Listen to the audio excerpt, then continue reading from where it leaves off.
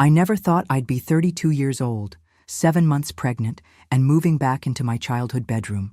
But there I was, standing in the doorway of my sister Emma's house in Denver, my suitcase in one hand and my swollen belly leading the way. The familiar scent of vanilla candles and her expensive perfume hit me like a wave of nostalgia mixed with dread. Emma had always been the successful one, the one who had it all figured out, while I seemed to stumble through life, making one mistake after another. When Richard left me for his secretary 3 months ago, I thought I'd hit rock bottom. Apparently I was wrong. "Alice, you look exhausted," Emma said, not bothering to help with my bags as I struggled through the front door. Her perfectly manicured nails tapped against her coffee mug, and I could see the judgment in her eyes, already forming. She was 2 years younger than me, but she'd always acted like the older sister, the responsible one who had to clean up my messes. Her house was immaculate, all white furniture and glass surfaces that screamed, "No children allowed." I wondered how my unborn daughter would fit into this sterile environment, but I pushed the thought away. I had nowhere else to go, and Emma had offered. That had to count for something, right? The living room felt like a museum, with its pristine white couches and abstract art that probably cost more than my car. I set my suitcase down carefully, trying not to disturb the perfect arrangement of throw pillows.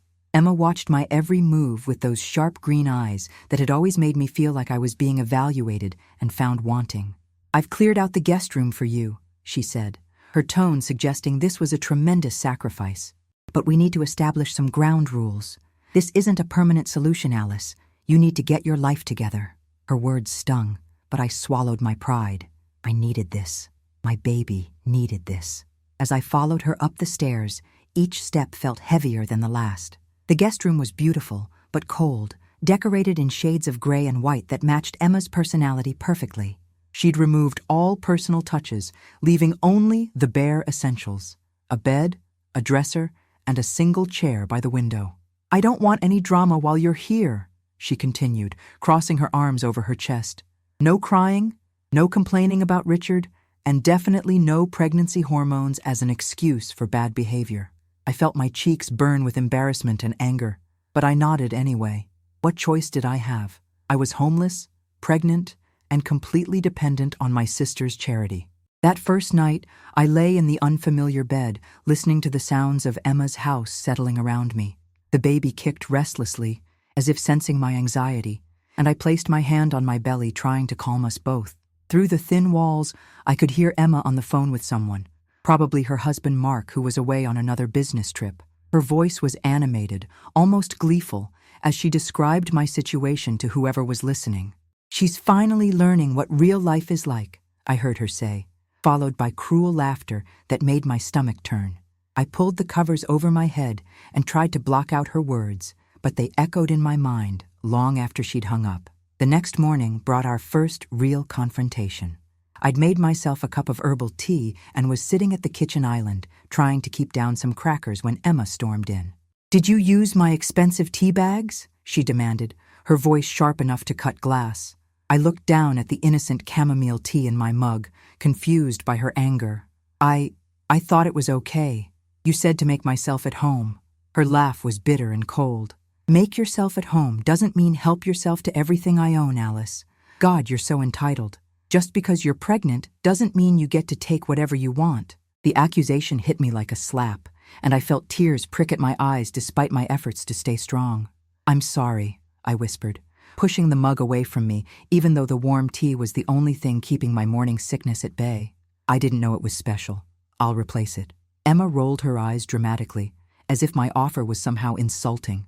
"With what money? You're broke, remember? That's why you're living in my house like a charity case." Her words were designed to wound, and they found their mark perfectly. I felt my face crumble, and the tears I'd been holding back finally spilled over. The baby seemed to respond to my distress, kicking hard against my ribs as if trying to protect me from the emotional assault. "Don't start crying," Emma snapped, her voice rising with irritation. "God, Alice, you're so dramatic. It's just tea." "But this is exactly what I'm talking about. You can't handle the smallest criticism without falling apart. How are you going to raise a child when you can't even function as an adult?" Her words felt like poison seeping into my bloodstream, confirming every fear I'd had about my ability to be a mother. I stood up slowly, my hand supporting my lower back, and tried to walk past her to escape to my room. But Emma wasn't finished with me yet. She stepped into my path, her eyes blazing with an anger that seemed disproportionate to the situation. "We're not done talking about this," she said, and I realized that this was just the beginning of what was going to be a very long and difficult stay. The days that followed blurred together in a haze of walking on eggshells and swallowing my pride. Emma had a talent for making me feel like an unwelcome guest in what was supposed to be my temporary home. Every morning brought a new list of complaints. I used too much hot water in the shower, I left crumbs on the counter, I breathed too loudly while watching TV. The constant criticism was wearing me down, and I could feel my confidence crumbling with each passing day. My doctor had warned me about stress during pregnancy, but how could I explain that my own sister was the source of most of my anxiety? I tried to stay in my room as much as possible, but even that seemed to irritate Emma, who accused me of being antisocial and ungrateful. The breaking point came on a Tuesday morning when I was struggling with a particularly bad bout of morning sickness. I'd barely made it to the bathroom in time, and the sound of my retching echoed through the house despite my efforts to be quiet. When I finally emerged, pale and shaky, Emma was waiting for me in the hallway with her arms crossed and her face twisted in disgust. "That's absolutely revolting," she said, not an ounce of sympathy in her voice. "I can't have you making those sounds when I'm trying to work from home. It's unprofessional." I stared at her in disbelief, wondering when my sister had become so cold and heartless. The woman standing before me bore little resemblance to the girl I'd grown up with, the one who used to comfort me during thunderstorms. "I can't help it, Emma," I said weakly, leaning against the wall for support. "It's morning sickness. It's normal during pregnancy."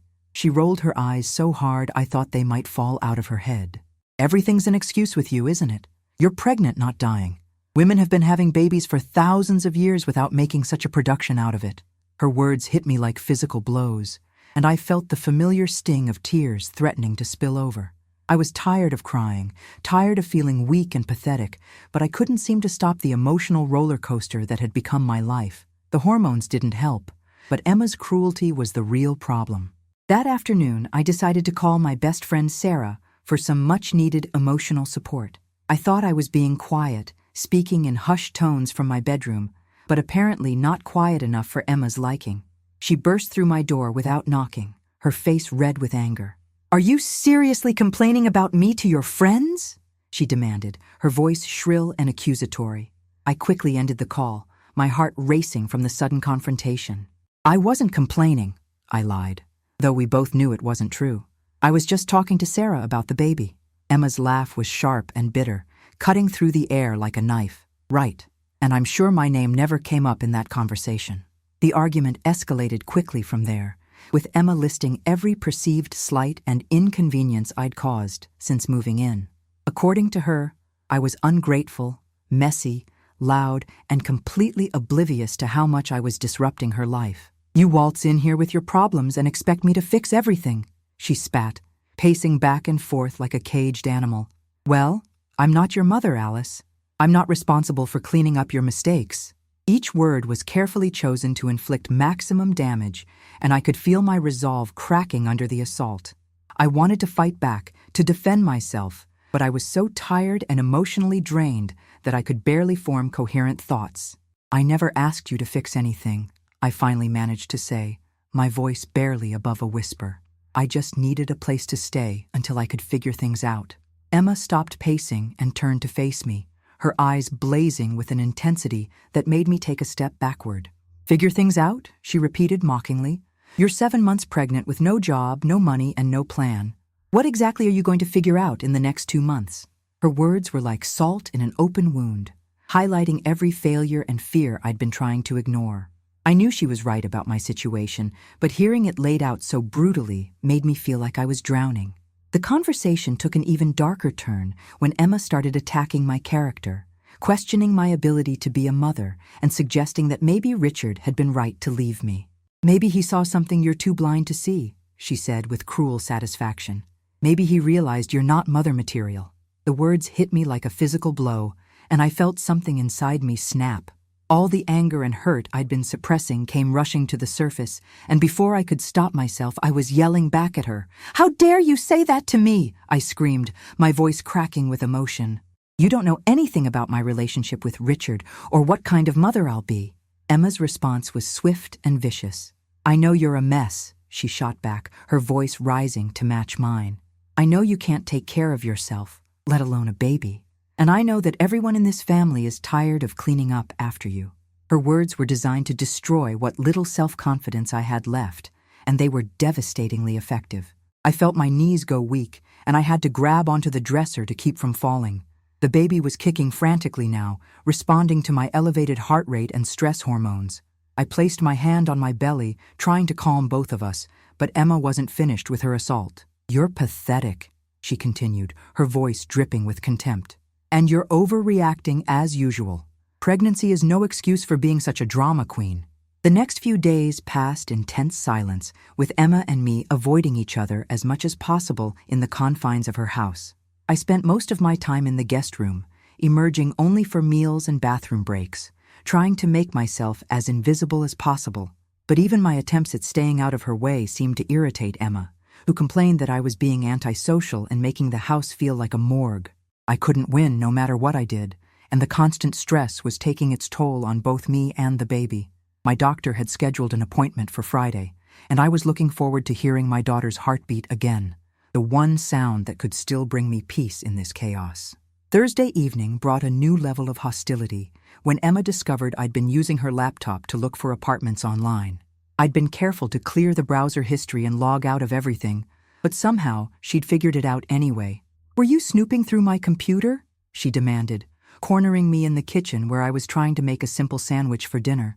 Her voice was ice cold, and I could see the fury building behind her eyes like a storm gathering strength. "I was just looking for places to rent," I explained, trying to keep my voice calm and reasonable. "I want to be out of your hair as soon as possible." But my explanation only seemed to make her angrier, as if my desire to leave was somehow an insult to her hospitality. "You don't have permission to use my things," she snapped, snatching the laptop away from the counter where I'd left it charging. "God, Alice, you have no boundaries. You just take and take and take without ever asking." I felt my face flush with embarrassment and anger. I'd been trying so hard to be the perfect houseguest, to follow all her rules and stay out of her way, but apparently even breathing was too much for her to tolerate. "I'm sorry," I said through gritted teeth, the words tasting bitter in my mouth. "I should have asked first." Emma's laugh was sharp and humorless, cutting through the air like broken glass. "Yes, you should have. But asking permission requires thinking about someone other than yourself, and we both know how difficult that is for you." The conversation spiraled downward from there, with Emma launching into another tirade about my selfishness and lack of consideration. According to her, I was a burden she'd foolishly agreed to shoulder, and every day I stayed in her house was another day of her life being ruined by my presence. "I should have said no when you called crying about Richard," she said, her voice dripping with regret. "I should have let you figure it out on your own like a real adult." Her words cut deep, reminding me of that desperate phone call I'd made 3 weeks ago when I had nowhere else to turn. I'd been so grateful when she'd offered to help, so relieved that I wouldn't have to sleep in my car or impose on friends who had their own problems to deal with. "I'll be gone soon," I promised, my voice barely above a whisper. "I just need a little more time to save up for a deposit." Emma rolled her eyes dramatically, as if my timeline was completely unreasonable. "With what money?" she asked mockingly. "You're unemployed and pregnant. No one's going to hire you now, and even if they did, you'd probably quit after a week because the job was too stressful or the hours were too long." Her assessment of my situation was brutally accurate, but hearing it laid out so coldly made me feel like I was suffocating. I knew finding work while visibly pregnant would be nearly impossible, and most of my savings had gone to medical bills and lawyer fees from the divorce. The argument reached a fever pitch when Emma started questioning my decision to keep the baby in the first place. "Maybe you should have thought about this before you decided to bring a child into the world when you can't even take care of yourself," she said, her words like daggers aimed directly at my heart. "It's not fair to that baby to have such an irresponsible mother." I felt something inside me break at those words, a protective fury rising up from somewhere deep in my core. "Don't you dare question my decision to have this baby." I said, my voice shaking with emotion. She's the best thing that's ever happened to me, and I'll do whatever it takes to give her a good life. Emma's response was a cruel smile that didn't reach her eyes. Really? She asked, her voice dripping with sarcasm. Because from where I'm standing, it looks like you're already failing her. You're homeless, broke, and completely dependent on the charity of others. What kind of life is that for a child? Her words were like poison, seeping into every insecurity I'd ever had about becoming a mother. I knew she was trying to hurt me, but that didn't make her words any less devastating. The baby kicked hard against my ribs, as if she could sense the emotional turmoil surrounding her, and I placed both hands on my belly protectively. I'm doing the best I can, I said, tears streaming down my face despite my efforts to stay strong. Emma's expression softened slightly, but not with sympathy, with something that looked almost like pity, which was somehow worse. Your best isn't good enough, Alice, she said quietly, her voice carrying a finality that made my blood run cold. It never has been, and it never will be. That's why Richard left you, and that's why you're going to fail as a mother too. The words hung in the air between us like a death sentence, and I felt my world crumbling around me. I wanted to scream, to fight back, to defend myself against her cruel assessment, but I was so emotionally exhausted that I could barely stand. Instead, I turned and walked toward the stairs, desperate to escape to the relative safety of my room before I completely fell apart in front of her. Friday morning arrived gray and drizzling, matching my mood perfectly as I prepared for my doctor's appointment. I'd barely slept the night before, Emma's cruel words echoing in my mind like a broken record. Every time I closed my eyes, I heard her voice telling me I wasn't good enough, that I was going to fail as a mother, that Richard had been right to leave me. The baby had been restless too, kicking and turning as if she could sense my distress through the umbilical cord that connected us. I placed my hand on my belly and whispered soft apologies to my unborn daughter, promising her that things would get better once we were on our own. I just had to survive a few more weeks in this house, and then we could start fresh somewhere else. Emma was in the kitchen when I came downstairs, dressed in her expensive workout clothes and sipping her morning coffee like she didn't have a care in the world. She barely glanced up when I entered, but I could feel the tension radiating from her like heat from a furnace. I'm going to my doctor's appointment, I said quietly, hoping to avoid another confrontation. I should be back in a couple of hours. She looked up then, her green eyes cold and calculating. Don't expect me to rearrange my schedule if you're late, she said dismissively. I have a conference call at 2, and I can't have you stomping around the house making noise. I nodded silently, too tired to point out that I'd never once interrupted her work or made excessive noise. The drive to the doctor's office was a welcome respite from the toxic atmosphere at Emma's house. For 20 blissful minutes, I was alone with my thoughts and my baby, listening to soft music and trying to center myself before the appointment. Dr. Martinez had been my obstetrician since the beginning of my pregnancy, and her warm maternal presence always made me feel like everything was going to be okay. She was the complete opposite of Emma, kind, supportive, and genuinely excited about my baby's arrival. When she placed the ultrasound wand on my belly and my daughter's heartbeat filled the room, I felt tears of joy replace the tears of pain I'd been shedding for weeks. She's looking perfect, Dr. Martinez said with a smile, pointing to the screen where my baby's profile was clearly visible. Strong heartbeat, good movement, excellent growth. You're doing a wonderful job taking care of her. Her words were like balm on my wounded soul, and I felt some of my confidence returning. Maybe Emma was wrong about me. Maybe I could be a good mother after all. How are you feeling emotionally? The doctor asked, her voice gentle but probing. I know this pregnancy hasn't been easy with everything you've been going through. I hesitated, unsure how much to reveal about my living situation and the constant stress I was under. I'm managing, I said finally, which was technically true, even if it didn't capture the full extent of my struggles. Dr. Martinez studied my face carefully, her experienced eyes picking up on the signs of stress and exhaustion that I couldn't hide. Alice, I want you to know that it's normal to feel overwhelmed during pregnancy, especially when you're dealing with major life changes. But chronic stress can affect both you and the baby, so it's important to find ways to manage it. She handed me some pamphlets about prenatal yoga and meditation, along with a list of support groups for single mothers. Promise me you'll take care of yourself, she said, squeezing my hand gently. This baby needs her mama to be healthy and happy.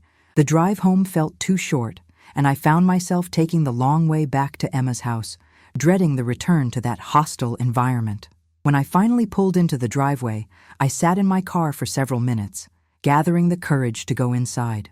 Through the living room window, I could see Emma pacing back and forth, gesticulating wildly as she talked on her phone. She looked agitated about something, and I wondered if I was about to walk into another confrontation.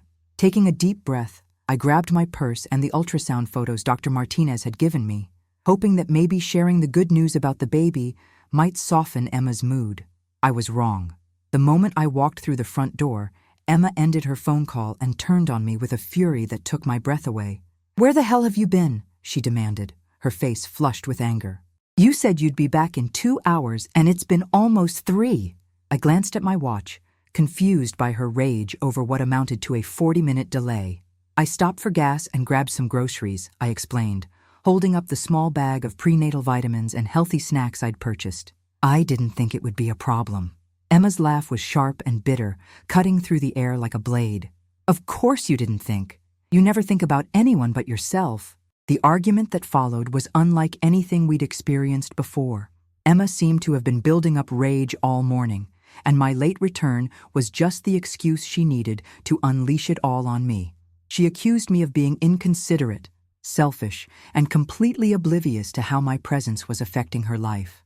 "I can't even have a normal conversation with my husband because you're always here, always needing something, always creating drama," she screamed, her voice echoing through the house. I tried to defend myself, to explain that I'd been trying my best to stay out of her way, but she wasn't interested in hearing my side of the story. "You're overreacting," she said when I started to cry. "Pregnancy's no excuse for being such a burden on everyone around you." That's when something inside me finally snapped. All the weeks of walking on eggshells, swallowing my pride, and accepting her verbal abuse came crashing down on me at once. "I'm not overreacting," I shouted back, my voice stronger than it had been in weeks. "I'm pregnant and homeless because my husband left me, and instead of getting support from my sister, I'm getting treated like garbage." Emma's eyes widened in shock. She wasn't used to me fighting back. But her surprise quickly turned to rage, and she took a step toward me, her hands clenched into fists at her sides. "How dare you raise your voice at me in my own house?" she screamed, her face turning an alarming shade of red. Before I could react, before I could even process what was happening, Emma's hands were on my shoulders, and she was shoving me backward with a force that sent me stumbling toward the wall. The impact knocked the breath out of me, and I felt a sharp pain shoot through my back as I hit the hard surface. For a moment, the world went silent except for the sound of my own ragged breathing and the baby's frantic movements inside me. Emma stood frozen, her face pale with shock at what she'd just done, but there was no apology in her eyes, only anger and something that looked almost like satisfaction. "Now look what you made me do," she said, her voice cold and detached. "This is exactly what I'm talking about, Alice. You push and push until people snap, and then you act like the victim." I slid down the wall slowly, my hands protectively cradling my belly as tears streamed down my face. The physical pain was nothing compared to the emotional devastation of being assaulted by my own sister while carrying her niece. What Emma didn't know was that Mark had installed a security camera in the hallway the week before, worried about break-ins in their upscale neighborhood. The small device, barely visible in the corner near the ceiling, had captured everything. Emma's unprovoked attack, my desperate attempt to protect my unborn child, and her callous response afterward. When Mark returned from his business trip 3 days later and reviewed the footage as part of his routine security check, his face went white with horror. He called me into the living room where Emma sat smugly, clearly expecting him to take her side in whatever story she'd concocted about our disagreement. Instead, he turned his laptop screen toward us both, and we watched in stunned silence as the truth played out in high definition. The video revealed everything, not just the physical assault, but the cruel words that preceded it, Emma's complete lack of remorse, and the way she'd tried to blame me for her own violent actions. Mark's hands shook as he paused the footage, his face a mask of disgust and disbelief. "How could you do this to your pregnant sister?" he asked Emma, his voice barely above a whisper. "How could you put your hands on her like that?" Emma's confident facade crumbled as she realized there was no way to spin what the camera had captured. For the first time since I'd moved in, she was speechless, her mouth opening and closing like a fish gasping for air. The truth was finally out, and there was no amount of manipulation or gaslighting that could change what we'd all just witnessed. Within a week, I was living in a beautiful apartment that Mark had helped me secure, and Emma was facing the consequences of her actions, both legally and within our family, who were horrified when they learned what she'd done to me and my unborn daughter.